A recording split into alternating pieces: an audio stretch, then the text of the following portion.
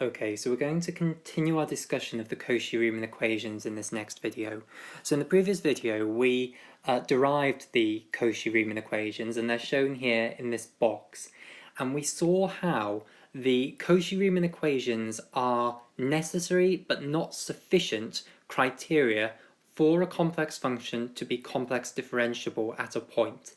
And what that means is that if at a point the Cauchy-Riemann equations are not satisfied, then you can instantly conclude that the function is not complex differentiable at that point.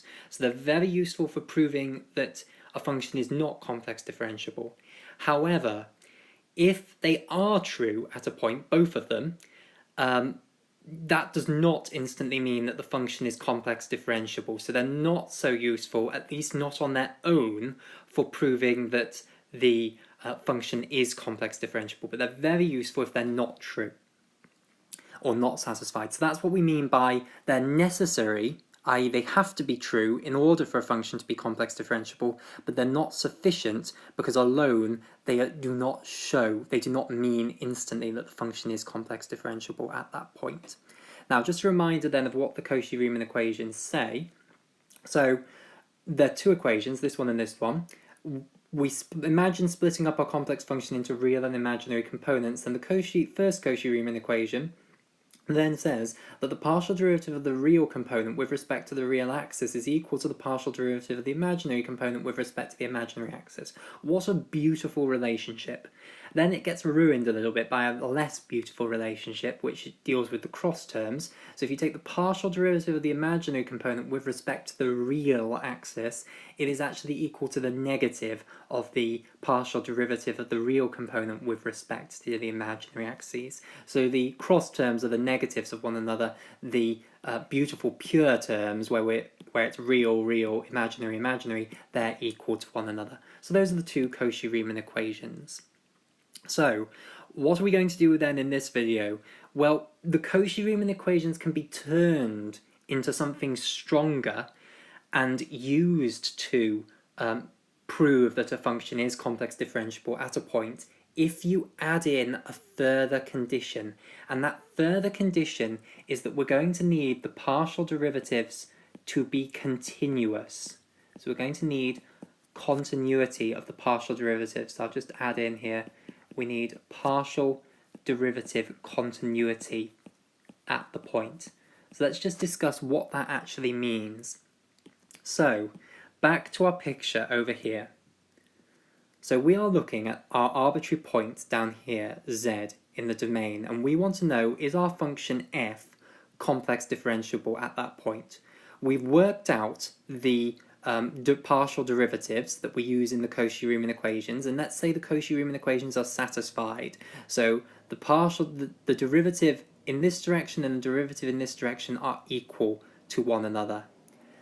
What I am now saying is that if those partial derivatives are continuous at this point, then you can instantly conclude that the function is complex differentiable. Now, if they are going to be continuous, obviously they are going to need to be defined at least in a local neighbourhood of that point. Now, what do I mean? Let's say, we've already said, in fact, that the partial derivatives are defined at this point. The problem is, what if they're not defined anywhere else? What if you can't work out those partial derivatives? What if they don't exist anywhere else on the complex plane for this function? Let's say it's a hideous function that some fool has built, and the partial derivatives exist here, but all around every other point of the complex plane the partial derivatives don't exist. How on earth would you then work out whether the partial derivatives were continuous at that point? Answer, you wouldn't be able to. So, in order to even be able to do this, you need there to at least be a tiny little open ball, or an open neighbourhood, around our point, so we could have an open ball z of some radius r, and we need it to be the case that on all of those points, at the very least, you need to be able to, maybe you have to make r tiny, but we need there to exist some tiny little open neighbourhood around our point z, such that on all of those points in that ball, the partial derivatives in the Cauchy-Riemann equations are actually, they're actually buildable, they exist. And then we can talk about whether it is the partial derivatives are continuous at that point, only when they exist.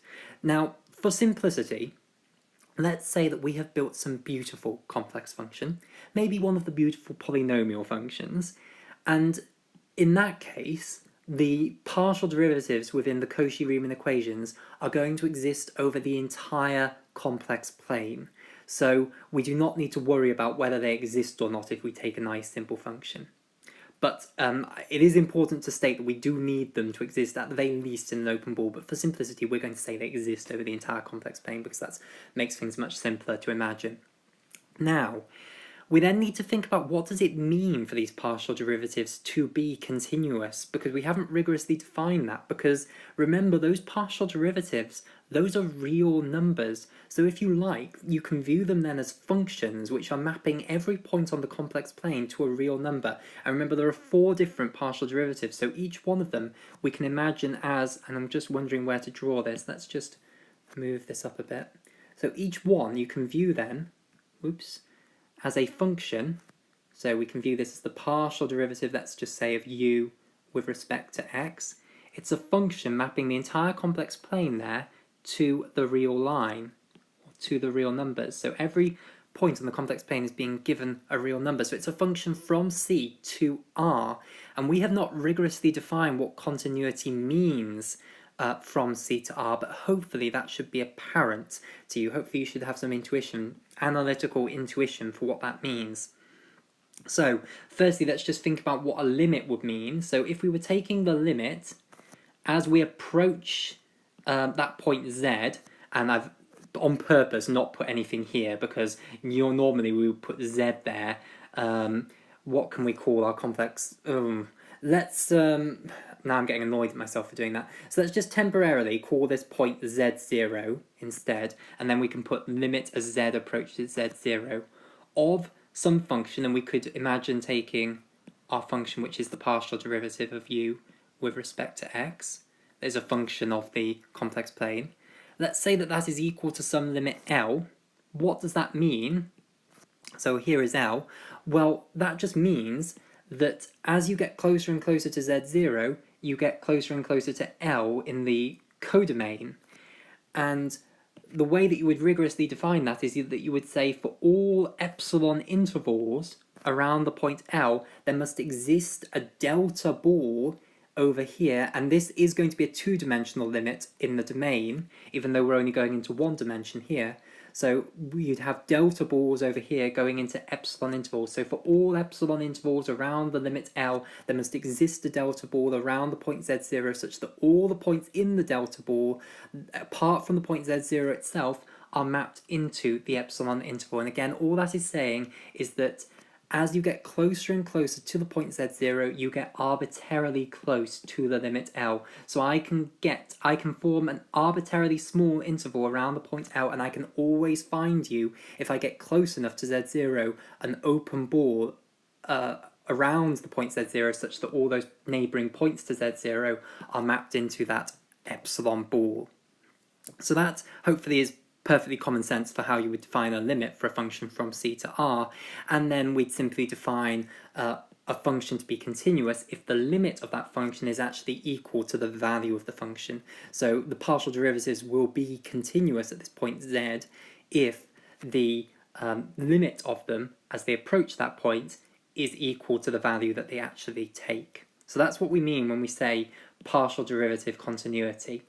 So that's what we want to be the case. Now, of course, if we're assuming the Cauchy-Riemann equations are true, then the Cauchy-Riemann equations tell us that this partial derivative is equal to this one, and this one is equal to the negative of this one. So if these two are continuous, and they're all defined on, we're saying, remember, that they're defined on the entire complex plane, all 4 of them, and let's say that the Cauchy-Riemann equations are satisfied everywhere, then we can see that this one being continuous gives the fact that this one is being continuous, and if this one is continuous, this one is being continuous.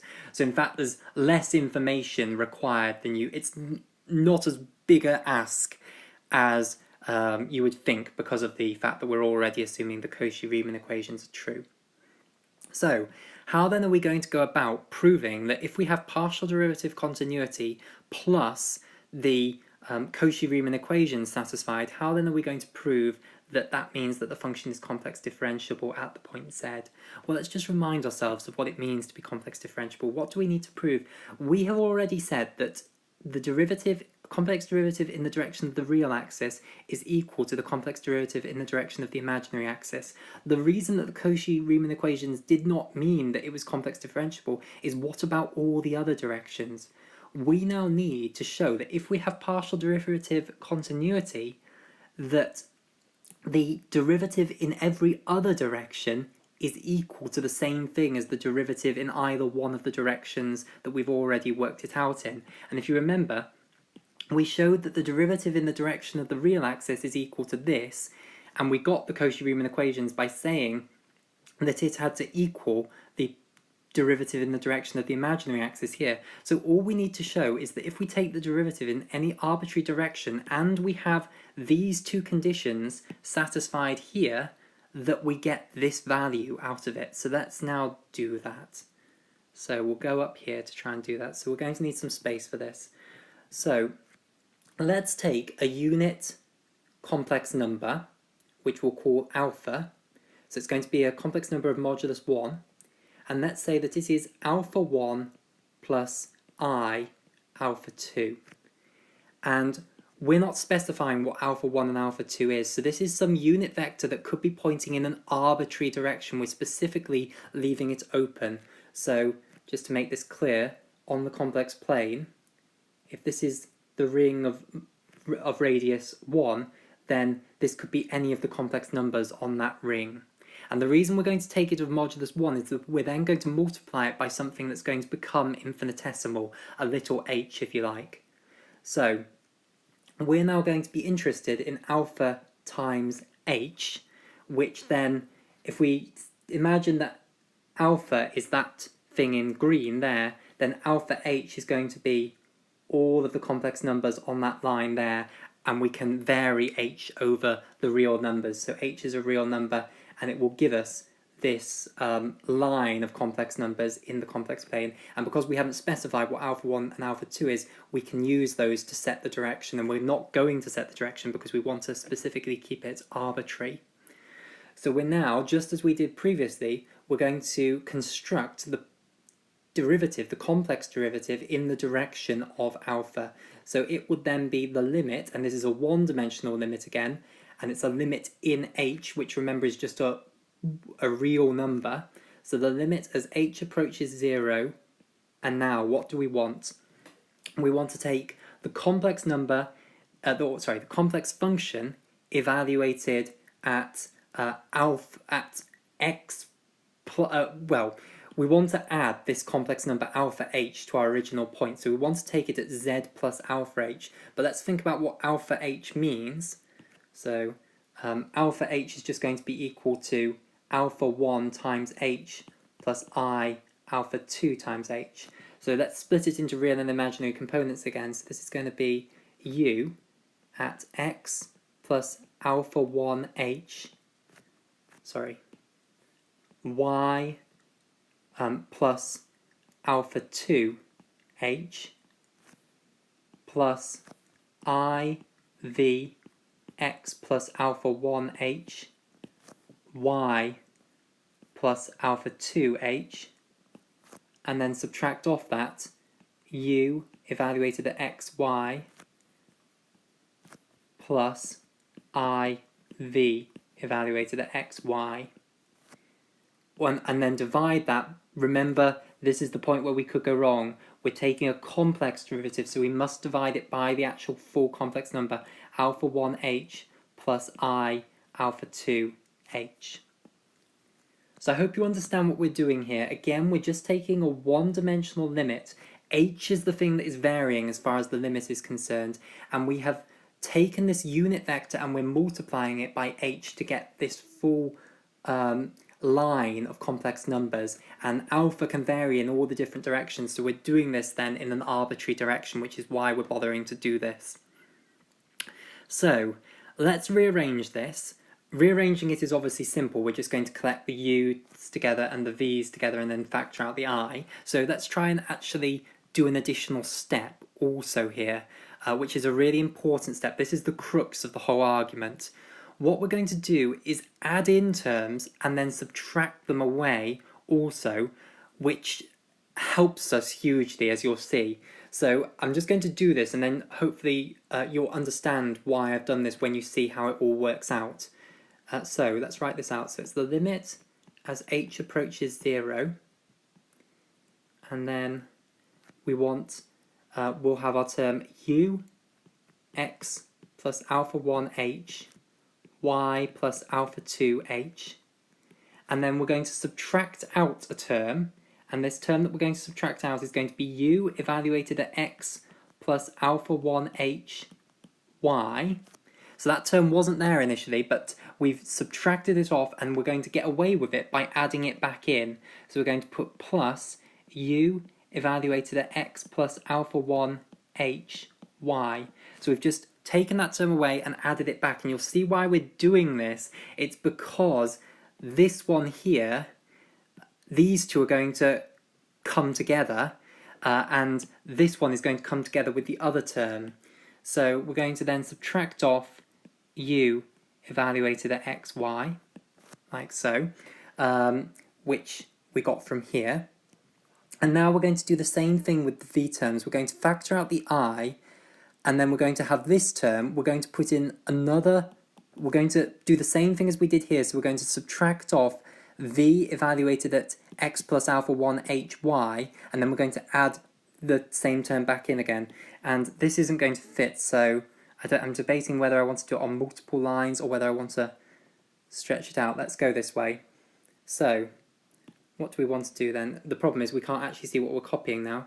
So we want to add in, or we're just putting initially the term that was already there. So v evaluated at, x plus alpha 1h, y plus alpha 2h. That was a term that was already there. Oh, and we've missed the I, so the I should be right at the front, so we'll put it there.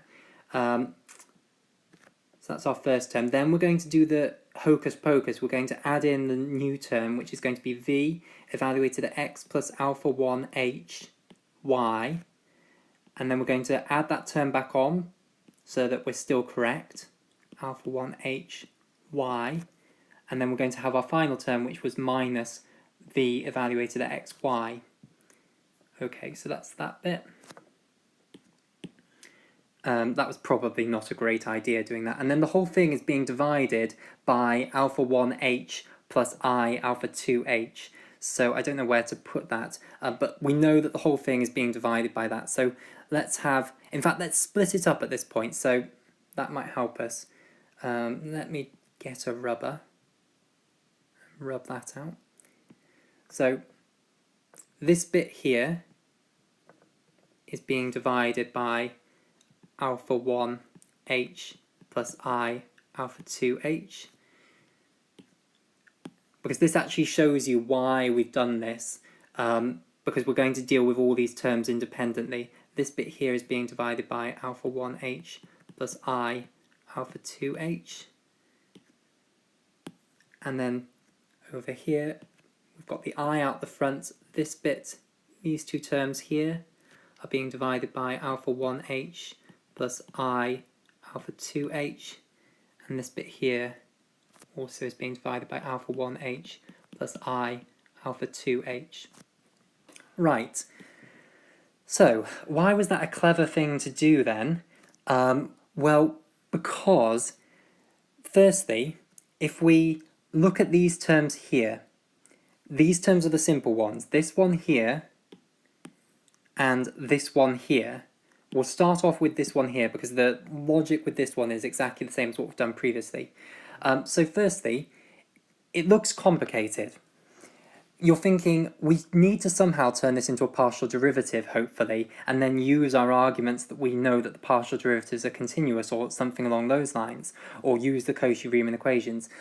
But this isn't quite a partial derivative because we've gone forward by, remember alpha 1 is just a real number. alpha 1 plus I alpha 2 was the complex number, but alpha 1 and alpha 2 were just real numbers. So we've gone forward by alpha 1h, and h is converging to 0, so overall alpha 1h is also converging to 0. So this looks like something we could turn into a partial derivative of u with respect to x. The problem is we're dividing it by this mess here, rather than alpha 1h. This would be beautiful if we were dividing through by alpha 1h, but that actually is fixable, completely and utterly fixable, because we have an h here which we can factor out, and we can also just multiply that by alpha 1 as long as we multiply the top by alpha 1 as well. So let me show you what I want to do. So this term here, what are we going to do with it? So we're going to pull out the 1 over alpha 1 plus I alpha 2. That's useless. Well, it's not useless, it's important, but we'll come back to it later.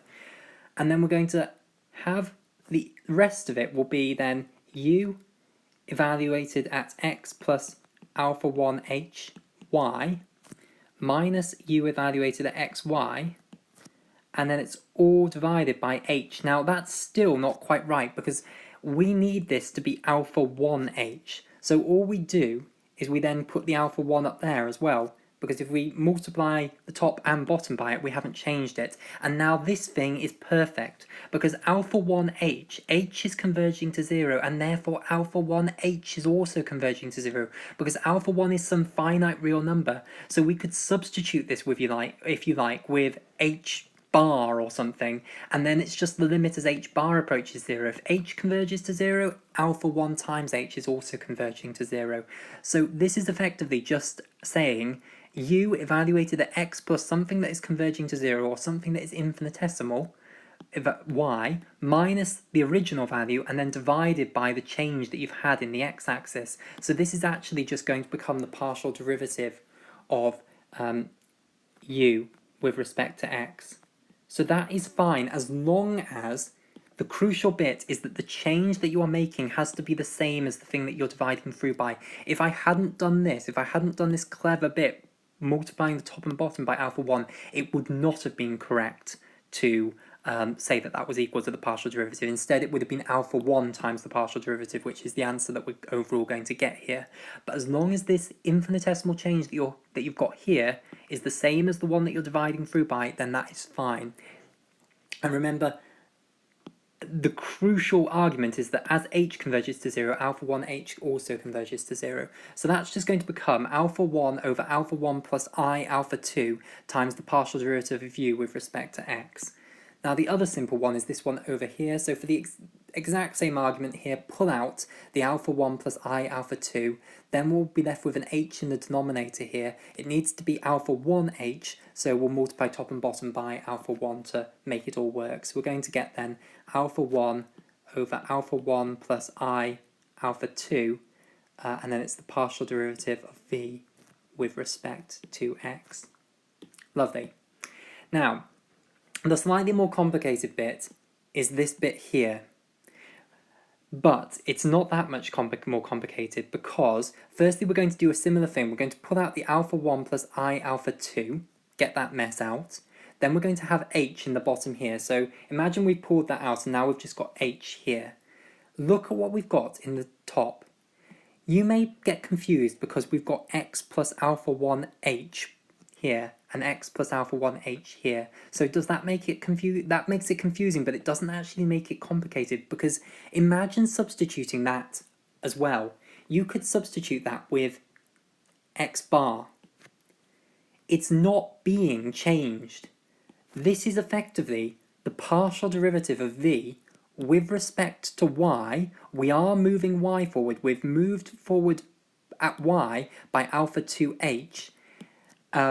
And we're going to take a partial derivative of v. We're taking a partial derivative at v, but we're evaluating but we're evaluating it not at xy. We're evaluating it at x bar y, which is x bar is x plus alpha 1h. So just to draw a little picture of what we've done here, we have our complex plane like so, and we've got our point, our original point, which was xy, which is this point here, and we've gone forward we've moved along the x-axis, or it parallel to the real axis, to a new point that is x plus alpha 1h. X plus alpha 1h y. So we've kept the imaginary component the same, but we have moved as far as the real component is concerned. And we are now saying go forward in the direction of the imaginary axis by alpha 2h. So we're going up here now to our new point, which is going to be x plus alpha 1h y plus alpha 2h.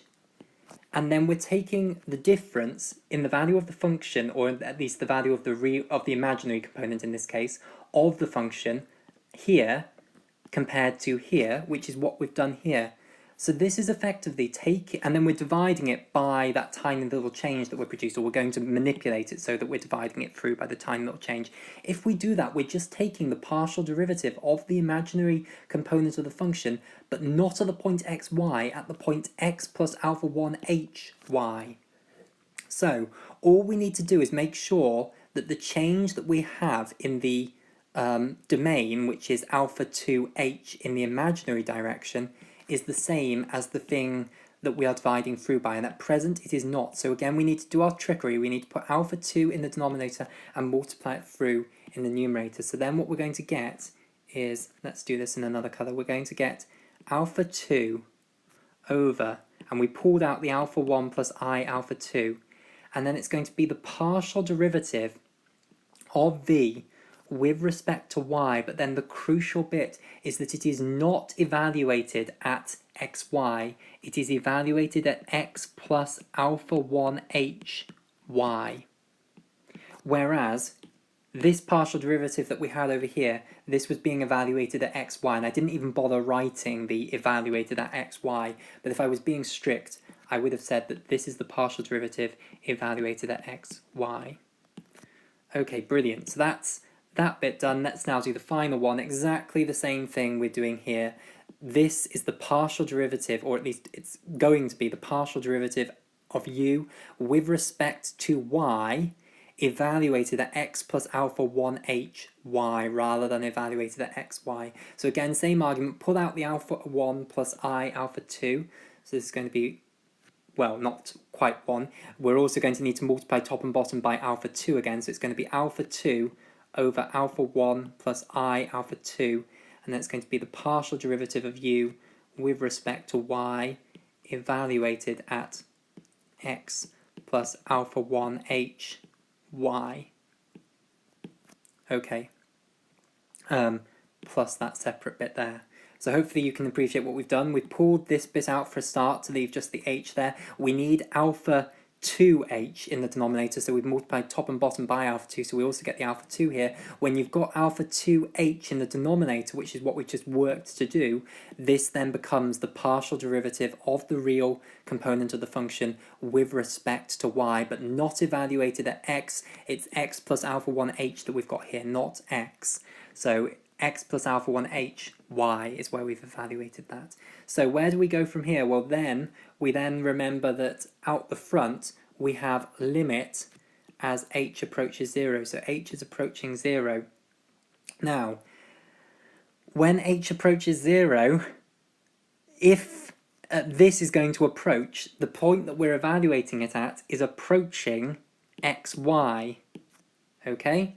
So the point that we're evaluating that one at approaches xy, and over here as well, x plus alpha 1h, if h is converging on 0, that's converging on x, so this point is converging on xy, and this is why we need them to be continuous, because we want it to be the case that when we take the limit as a limit of the derivative as we approach that point, that it actually is equal to the derivative at that point. That's why we wanted the partial derivatives to be continuous. We made that assumption, remember. We said we want the partial derivatives to be continuous. And what that means is that as you take the limit of the partial derivative, as you approach the point, it actually approaches, it converges on the value of the derivative at that point. It doesn't converge on something wild. So that means that we can then just fill in these here with the values of the partial derivatives at the point xy. We don't need to worry about them converging on something different to the value of the partial derivative at the point xy. They're just going to converge on that value at xy. So what that overall means then is that all of this comes out as, where are we going to write this? Down here, I think. So what have we overall ended up with? And this is a complete mess. So alpha 2 over alpha 1 plus I alpha 2, and we should have actually factored out, in fact I will do that now so that I don't have to write it all over again. Let's factor out the 1 over alpha 1 plus I alpha 2, because I don't want to have to write that all over again 4 times. So there we go, we've got that out the front, and then we've got alpha 2 times the partial derivative of u with respect to y. And now I no longer need to write evaluated at, because we know it's evaluated at our point of interest. All of them are evaluated at the point of interest. Plus alpha 1 times the partial derivative of u with respect to x. And then we get plus alpha 2. Oh, sorry, by the way, I should have probably said where all of these are coming from. Hopefully that's obvious to you. This one has come from this. This one here has come from this mess here. This next one is coming from the blue one. So alpha 2 del v del y plus, and then the final one is alpha 1 times del v del x. And now what do you think we do? We apply the Cauchy-Riemann equations and hope that everything... Ooh, and we have lost something at some point. We've lost an I. Foolish me. You see, this with my excitement, I forgot the fact that there is an I here. So both of these should have had an I with them. So let's just correct that. So we need an I there, we need an I there. So we can quite easily correct that. This has an I here, this has an I here. Okay, now it should work. It wouldn't have worked without those I's. This is the point where I need to cross my fingers and hope that it works. So what we need to hope is that this mess here is going to cancel, and that if we use these equations on this, that this comes out, because remember this is the value of the complex derivative in the direction alpha 1 plus I alpha 2. So we want it to come out as this for whatever alpha 1 and alpha 2 you have, provided that these are now true. We've already used the partial derivative continuity. We now need to use the fact that these are true and hope that it all simplifies down to this. So let's do this. So let's start off with this one, because this one I think is going to be the one that cancels. So you can see, where do we have it? Del u del y is here, del v del x is here, so we then get that this one is, wait, no, this is del u del x, I believe. Yes, that's del u del x. We're getting confused with the v's and the i's. So this is del v del x, so let me color code them. So this one here and this one here are the two cross terms, and then those other two are the same one. So actually let's do the simpler one first. Let's do del u del x is equal to del v del y. So that's these two. These two are equal to one another, so we can then replace, and let's replace this one, the del v del y, with del u del x. And the reason I'm doing that is, remember, we're trying to make it equal to this thing here, so we only want partial derivatives with respect to x to be in the final thing, which is why I want to get rid of that partial derivative with respect to y, and luckily I can do it. And then you can see that we can factor out the del u del x, and we'll get alpha 1 plus I alpha 2 del u del x. So this comes out as, writing the final line down if you like, it'll be 1 over alpha 1 plus I alpha 2, and then it's going to be alpha 1, so remember we're combining this term and this term together, so it's going to be alpha 1 plus I alpha 2, and then del u del x. And that's because we've got this del u del x, which gave us the alpha 1, and then this del u del x, remember we've substituted in del v del y using the Cauchy-Riemann equations for del u del x, and that's given us the plus I alpha 2. Similarly, let's get rid of this one, the del u del y. We want to replace that with a partial derivative with respect to x, so that's equal to the negative of del v del x. So then what we're going to get is plus, and then it's going to be minus alpha 2 plus I alpha 1, and then del v del x. So we've just taken the del v del x from there and the del v del x from there. And now, hopefully I haven't missed an I at any point, if we multiply, how are we going to do this? We're going to pull out an I from there. If we take an I out, that becomes alpha 1. Negative 1 is I squared, so we can turn that into I squared and then pull an I out. So that becomes alpha 1 plus I alpha 2. So plus I alpha 2. And at this point I'm thanking God for his mercy that everything has gone right. So now what you can see is that we simply cancel off the alpha 1 plus I alpha 2. So this cancels, this cancels, this cancels, and then what you end up with, isn't this beautiful? You end up with del u del x plus I del v del x. And what does that tell us? That tells us that we have just calculated the complex derivative, and we have shown that it is independent of which direction you go in. There are no alpha 1s or alpha 2s here, so it does not matter what direction you go in. Using all of these assumptions that we've made, which is that the Cauchy-Riemann equations are true, and that we have partial derivative continuity at the point, we were able to show that the derivative in any direction is equal to this, independent, no alpha 1s, no alpha 2s, it does not depend on direction, and moreover, it is the same as the value that we got when we differentiated in the real direction, which by the Cauchy-Riemann equations is the same as the imaginary direction. So there you go. That then proves that whatever direction you take this derivative in, it's the same.